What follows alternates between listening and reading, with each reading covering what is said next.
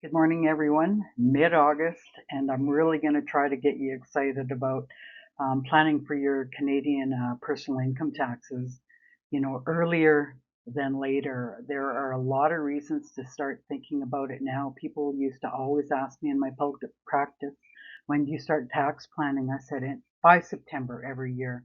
I would send notices to clients, say, here's a checklist, come and see me. And let's make sure, we're getting everything ahead of time so that you're not caught short. The idea is to, of course, we all have to pay taxes. We use the roads, we use the hospital, we use the schools, but we only want to pay those taxes that we have to pay, right? We want to minimize our tax. We want to maximize our benefits. And the reason we want to start now is because we still have time to plan. If you have to make those last minute RRSP contributions, if you make those last minute donations, I often donate because it's a way of me directing where I want my tax dollars to go. I get the tax credit to reduce my taxes payable, and I'm supporting something that I believe in. So let's take a look. So these figures here are reflecting CRA's 2026 index amounts, and let's take a quick look here. So some terminology to help you navigate your taxes, and not all of this is in this presentation, but some of it is. Like CRA is Canada Revenue Agency, for those of you that might be new to Canada or not, familiar with the lingo. GST is the Goods and Services Tax. RRSP is your Registered Retirement Savings Plan. You can make a contribution to this. You pay yourself as opposed to the government. You reduce your taxes. Your RESP, Registered Education Savings Plan. For your children, you do not get a tax deduction for this, but you do get a high rate of return that you might not get in the investment on the open market. Tax-free savings account, TFSA. First Home Savings Account, FHSA, some new benefits coming out there to help people. It is deductible, and so that you can enter the housing market. Home Buyers Plan, CCB, the Canada Child Tax Benefit, LLP, the Lifelong Learning Plan, Registered Retirement Income Fund. This is when your RSP, when you reach your maximum age, it turns into a RRIF, and it's calculated based on expected life of what you're going to flow out back to yourself as taxable income.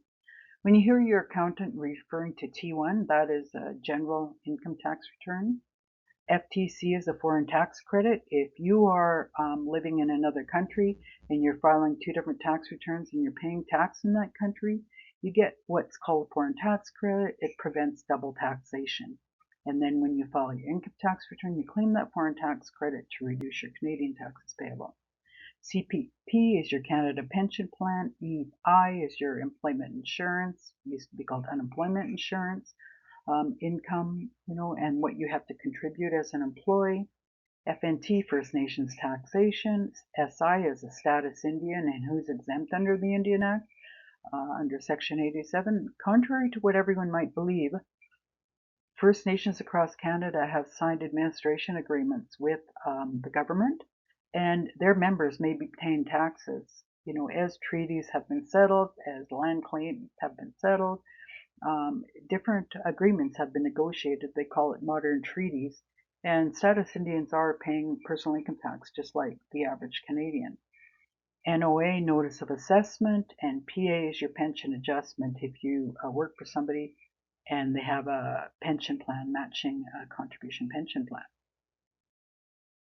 So why mid-year planning?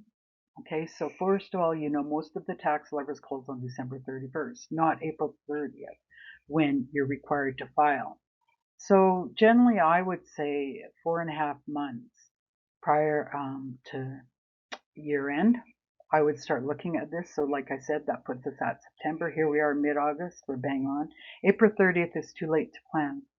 Your December 31st cutoff is gone, and your March 2nd, in this case 2027, your RSP contribution deadline is gone. Okay. July, your benefits reset. So if you have children and if you're eligible for the GST HST credit, they reset it based on a July, a period ending July, even though you file your taxes from January to December. So for example, July 2026, the reset will have been your taxes filed for 2025. It's always a year behind. You can sort of use this as a checklist, okay? We haven't included every single line item that's available to you in your unique circumstances. What we're doing is we're sort of going mainstream. We're going to have some resources for you to available, and always, of course, contact your professional, your tax professional, your chartered professional accountant. So what you want to know today, or what we're going to answer, is what's your expected 2026 taxable income? Okay, how much registered retirement room is still available so you can deduct and save taxes and it's worth it? And what income or gains can you shift between years? So if you don't need your RRSP contribution limit this year because say you went to post-secondary school, maybe you let that accumulate forward, and when you have a higher income year, you use it to reduce your taxes. So here are the threshold limits set by Revenue Canada. The maximum RSP dollar limit is $33,810, and we'll get into how they calculate that. Your basic personal exemption amount is $16,452. That's federal. Okay, that's not the provincial. So you have two thresholds. What this basically means is you can earn up to $16,452 without paying personal income tax. Okay, but you're still going to have to pay CPP. Okay, anything over $3,500 for Canada pension plan. All right, here's your tax-free savings account annual limit that you can make, and that's your maximum amount of cumulative room. It's important to pay attention to these limits in that because penalties are pretty severe if you over-contribute. So this is the first housing initiative, and 8,000 annual, 40,000 maximum lifetime. Okay, your home buyer's plan maximum. The difference, if you contribute to your RSP and you're buying a house, you can withdraw maximum 60,000 or whatever the 10% that you're needed, and then you have to repay that. Okay, and if you don't make the actual repayments back into your RRSP, Revenue Canada actually calculates an annual payment for you to make. RESP grants, what you can contribute. Like I say, this is not a tax deduction for you, but lots of times what the registered education savings plan grants are doing is they're giving you a higher yield. Okay, I had registered education savings plans for both my sons, and it went a long way. It paid for their 4-year undergrad degrees, bachelor's at the University of Northern British Columbia and University of British Columbia. Your CPP, Canada Pension, maximum ceiling earnings, $74,600. And then there's a second ceiling if you want to contribute more of $85,000 to your government pension plan if you don't have a private registered pension plan with your employer. This is for us seniors, OAS, clawbacks. So if you make over $95,323, they're going to start clawing back. All right. And capital gains exclusion and inclusion rate is at 50%. Okay, so these are your federal tax bracket rates. Remember, we have combined rates for each province. So in British Columbia, we have a federal tax rate, and then we have a provincial tax rates. Okay, so here it talks about the provincial rates stack on top. Combined top rates run roughly 44 to 54% by province. I don't want to get into this too much depth because I don't want to lose you. Taxtips.ca has tax calculation software that will help you, and you can run it and it do the combined rates, and you can actually do scenarios like, okay, how much should I contribute to my RSP? That's my best benefit, or my FHSA to save tax at those top rates. But this just gives you an idea. So federally up to 58,000, you're taxed at 14%. Okay, but look at the combined rate. Okay, with your provincial rate on top, and BC is one of the higher provinces, okay, 44 to 54%. So I do these educational videos. I do them for free. If you like it, if you want to see more, please like, subscribe at my YouTube channel. If you don't see anything that applies to you, but you'd like me to cover a special topic, I do this a lot. A lot of people will email me the same question, and so I'll cover it. Just shellyrbevs@gmail.com, just requesting the topic, presentation on that topic. If you need a CPA in Canada, in BC, check out the BC CPA website to find an account in your area. That's my home base, is British Columbia. There are lots of good qualified chartered accountants out there, and with the navigating the tax system in Canada, you do need a professional if it's getting beyond a T4 slip. So this is a free educational channel. Okay, it helps you navigate the Canada revenue system for Canadians. Tax advice, I'm always going to tell you to consult your tax professional to make sure you're getting the best tax advice and preparation possible. This is just to make you aware of what it looks like and sort of demystify it and take the fear out of the Canadian tax system. So we're going to talk about the registered accounts first. We said registered retirement savings plan, tax-free savings account, first-time home buyers, and registered education savings plan. And these are considered probably the core of household tax efficiency. Remember, it's not just about tax deductions, it's about investment. For example, in your RESP, when you contribute to it, you are not taxed as it increases based on the investment. Okay, it's not taxed until your child goes to draw it out or you go to draw it out. So your registered retirement savings plan, so deduction at your top dollar rate. Okay, so this is what you're permitted. Remember, the maximum was $33,810 or 18% of your prior year income earned, less any pension adjustment.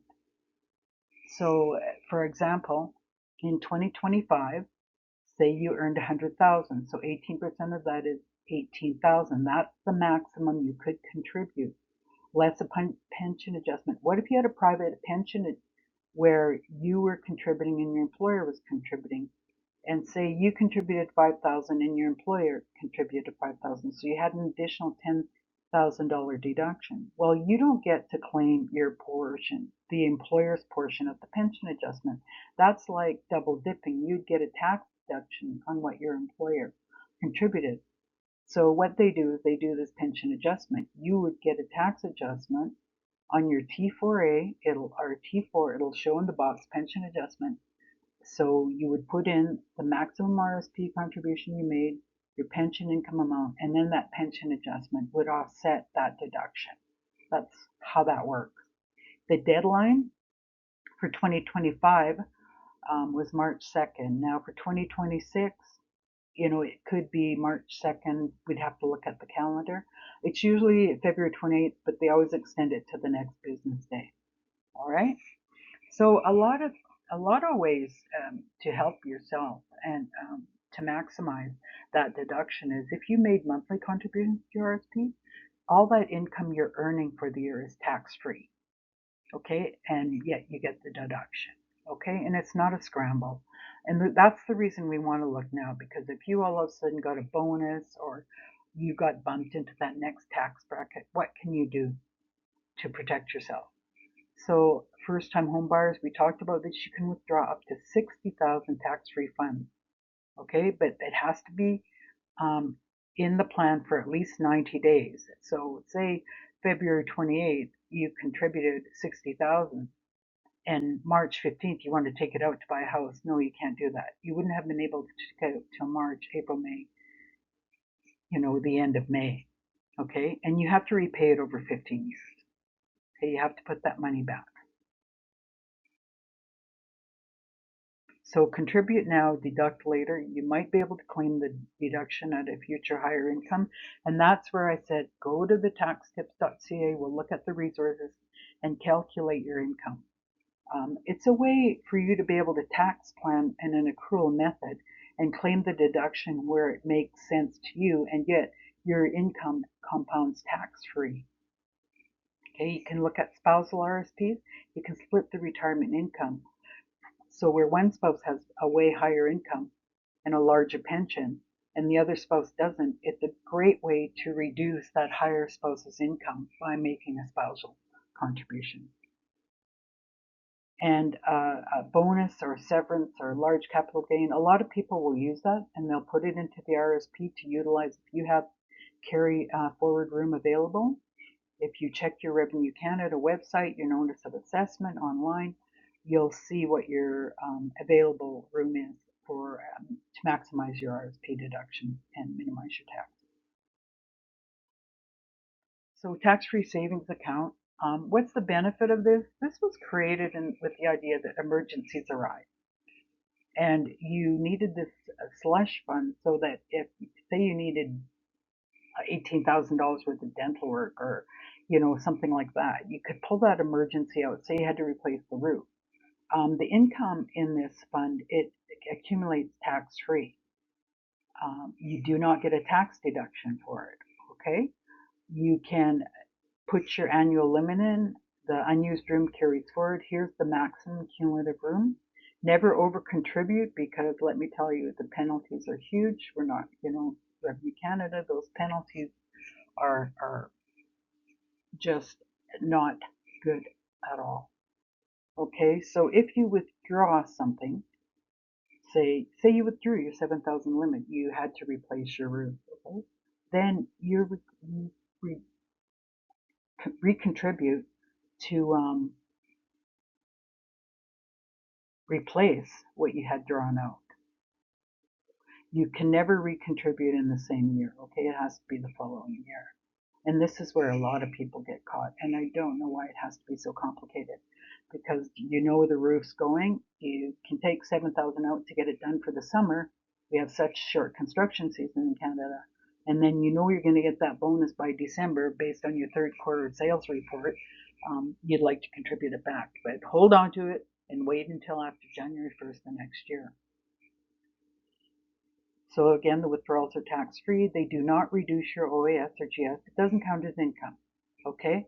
So it's not gonna, these for us seniors where our income is based on income levels, there's a measuring stick there that if we go over, say, the 93,000 or whatever it was, if we took that out and all of a sudden it's 100, we would be penalized. No, that's not gonna happen. It doesn't affect your child tax benefit.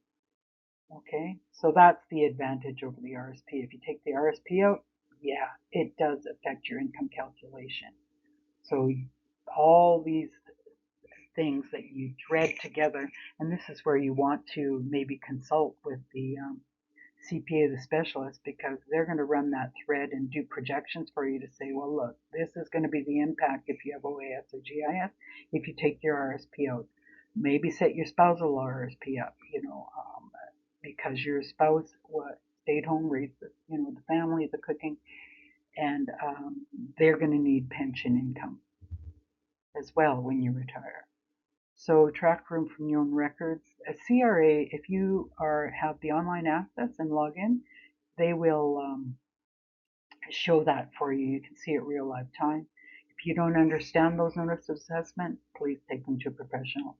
And look at this, CRA figures lag and over contributions, a 1% monthly penalty. Add that up for a year. And they talk about, investment advice here and U.S. dividend payers. Again, talk to your, the reason they're saying that is because of the tax savings. So if you're growing a lot of dividends and all of that, if you put it in the TFSA, you don't get taxed on the income. And that's why. So really, you've got to look at, there's a lot of things moving in this circle. Talk to your investment advisor and talk to your chartered professional accountant on these if you are so fortunate to be in this high investment bracket. So, first home savings account. This is great because, okay, you can contribute 8,000 a year, get to deduct from your taxes, your taxable income, right? But it has to be your unused room. Your lifetime limit is 40,000. That's fine for first-time home buyers, okay? And withdrawals to buy your first home are entirely tax-free. You don't get the tax hit on this. You've got to close this by the end of its 15th year, or if you turn 71. And unused funds, if you never did buy that house or you decided you didn't need this, you can roll it into your RRSP, and then you can draw it out on your RIF and manage your taxes that you might have to pay. Open the account always before December 31st, even if you can't fund it. That's what starts your contribution room clock ticking, okay? And the 60,000 home buyers plan can be used towards the same purchase. So you can use this, your maximum FHSA. And if you had contributed to an RRSP prior to this new incentive coming in, you can use the maximum 60,000. And like the RSP, the deduction can be carried forward to a higher income. So even though you open it before December 3rd and you get that maximum 8,000 and you couldn't contribute, well, it still carries forward and you contribute it the next year if the funds, permit you to, if your income permits you to. Registered Education Savings Plan. So this is the bonus on the Registered Education Savings Plan. Remember, you don't get a deduction, but you get a federal grant of 20% on the first 2,500 contributed each year per child. And I went for this. Where are you going to get, in your child's lifetime, that kind of a return? Okay, you're not.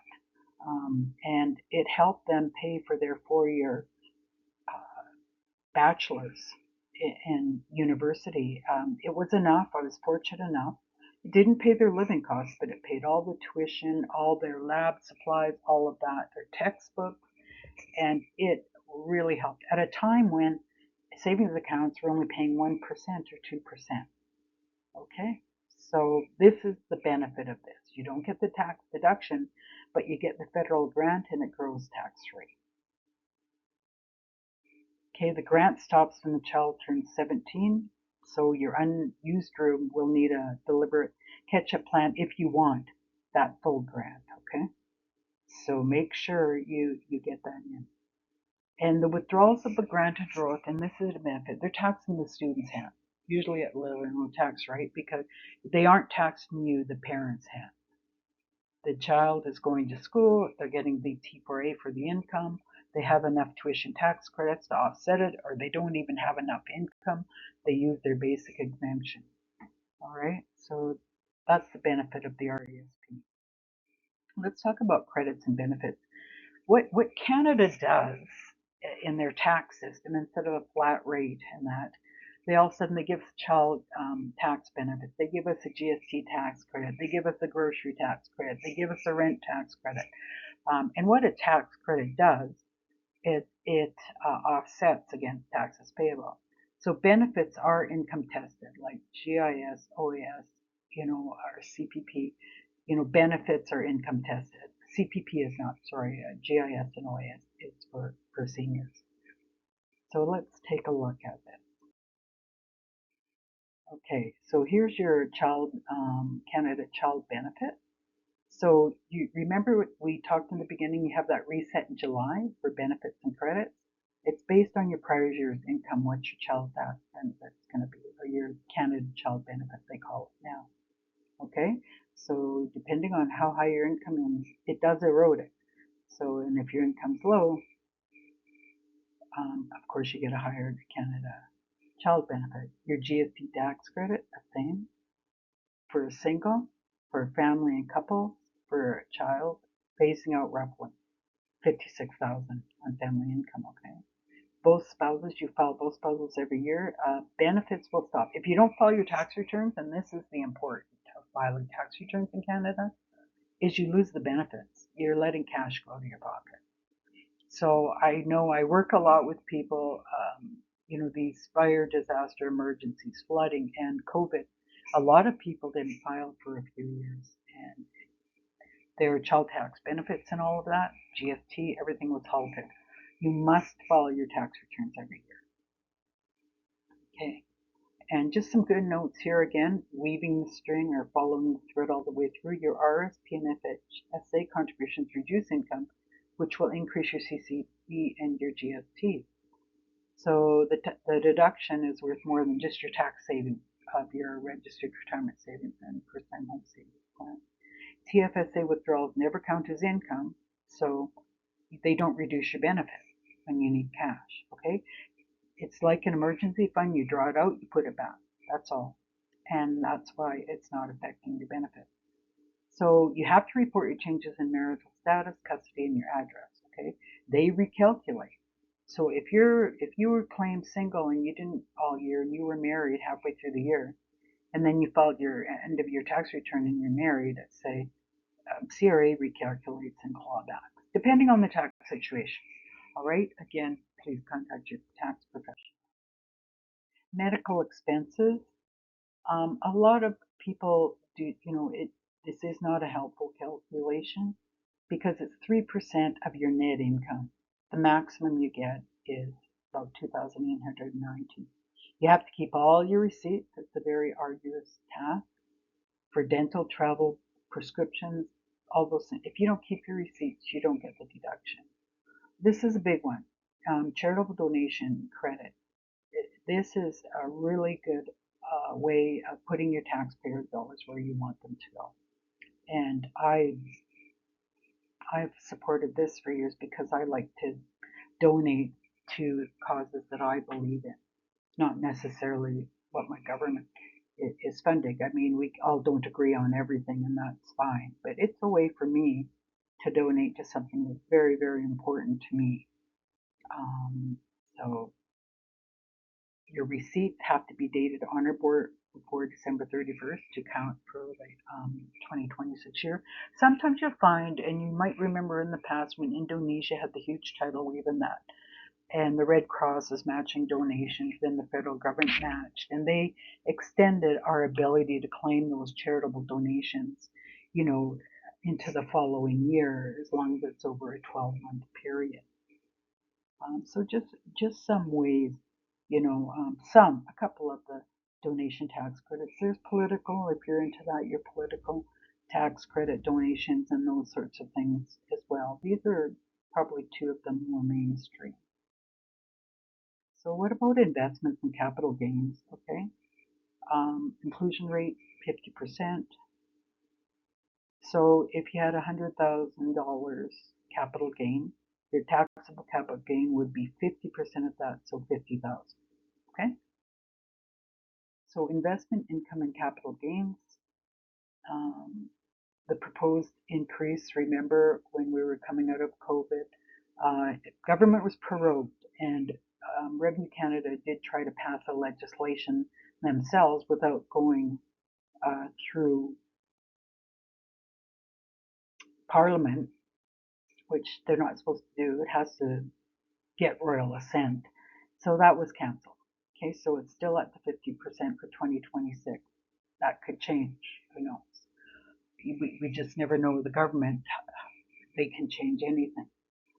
So 50% inclusion rate, like I said, if you had 100,000 capital gain multiplied by 50%, that would be your taxable capital gain. You pay tax on the 50,000. Loss selling windows. Okay, you have to settle trades in time to realize losses in 2026, and losses offset current gains. Yeah, and you can carry those losses back 3 years and forward indefinitely. Now, there's a superficial loss rule. If you're trading every 30 days and all of a sudden you get this huge gain, or you get these huge losses because you want to say at the end of the year, you're gonna be denied that. That's called a superficial loss. And Revenue Canada will disallow that loss. Okay, asset location matters. Okay, interest income is fully taxable. Bonds, GICs, Canadian dividends gains are often more efficient than outside registered plans. Okay. Review your realized gains to date before December. Like, when you get your statements from the investors, that September statement, you get October 15th, take a look at it. Do your calculations, take it to your tax professional to do your calculations. And so you're not going to be surprised and make that installment. Okay, you don't want to all of a sudden find April 30th, wow, your taxable is at December 31st, and you should have made an installment, and you just don't have that kind of cash flow because say the markets went low in the spring. You can give securities to charity instead of cash and get that tax donation, tax credit, and then limit the gain entirely. If you're a philanthropist, again, if you're fortunate enough to fall in those higher income categories. So retirees, CPP, and OAS, protecting old age security, and smoothing our retirement income, meaning how do we flow it out so that our old age security isn't being adjusted every year because we're receiving too much income in one year and not enough in the other, always a year behind on our taxes. So managing the OAS clawback. Okay, so it's recovered at 15 cents a dollar if your income's over 95,000 in 2026. All right, so in your tax planning, if you have a registered retirement income fund, your RRSP converted at age 71, so 72 you're starting to collect your RIF. You want to make sure that you're not going to go over these threshold limits, right? Because otherwise you're paying back 15 cents of the dollar, and what was the point of making those contributions and saving those taxes in the first place? Okay, remember the income splitting option with the spouse, all right? Because you get two sets of tax credits. That means your basic exemption, remember, that's 16,000 roughly federal.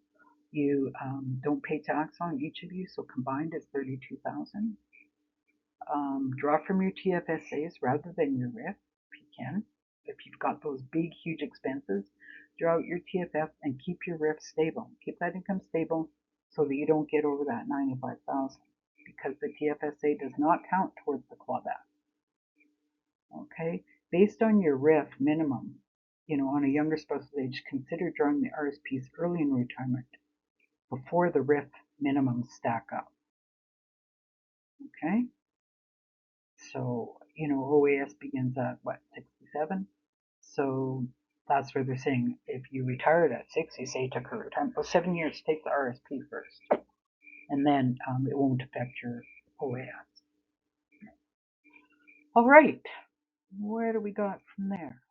From there, your mid-year action checklist. Okay, September, project your 2026 taxable income. Okay, every decision below depends on the rate of your tax bill. So get your CRA notice of assessment for your RSP and TFSA room. You want to avoid those over contributions, and you want to know how much unused room you have so that you can take advantage that works for you. Open up an FHSA in October. If you may buy a first home, open it up. You get that contribution, starts there. November, fund your registered education savings plan to get the grant this year, to get that 20% grant of $2,500. Okay, that's $500. Remember, grant room is annual and can lapse. December 1st, review your gains and your losses. Okay, so gains less losses equals what you pay tax on. All right. You have to settle your trades in 2026, December 31st, and watch for that 30-day rule of superficial losses. Like, be really careful if all of a sudden you trade it because you thought, oh, I made this money. And if you do that trade within that 30 days where you gained and try to get this huge loss, it's going to be denied. Donations and medical claims. Yeah, your receipt. Okay, it must be dated. And we could even go so far as we know by December 31st, you have until March 2nd, typically, to make your RRSP contribution. All right. Get this together. I would be going to see your accountant, book appointment, and get your projections done. And do some tax planning.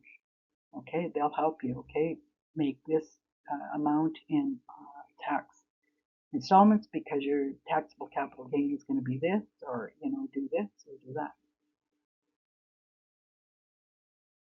So next steps, like it said, confirm your unused room. Maybe you want to set it up now and start making those monthly contributions. You know, you're going to work with your tax professional and find out which contribution is going to be best for your family benefits and set up the review in December, donation, spending, pension splitting. I would even go so far as to set it up in November as we get into that Christmas rush. So just a couple of resources I talked to you about. If you like to run the numbers and yourself and just see and bounce, things back and forth, a lot of people do that.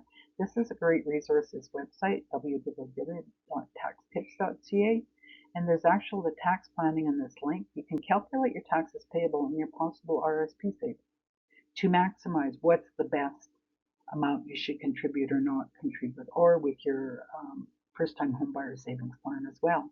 It's a great resource. You can also project what you might have to pay in taxes. So should you be making installments, or should you be making more contributions, etc.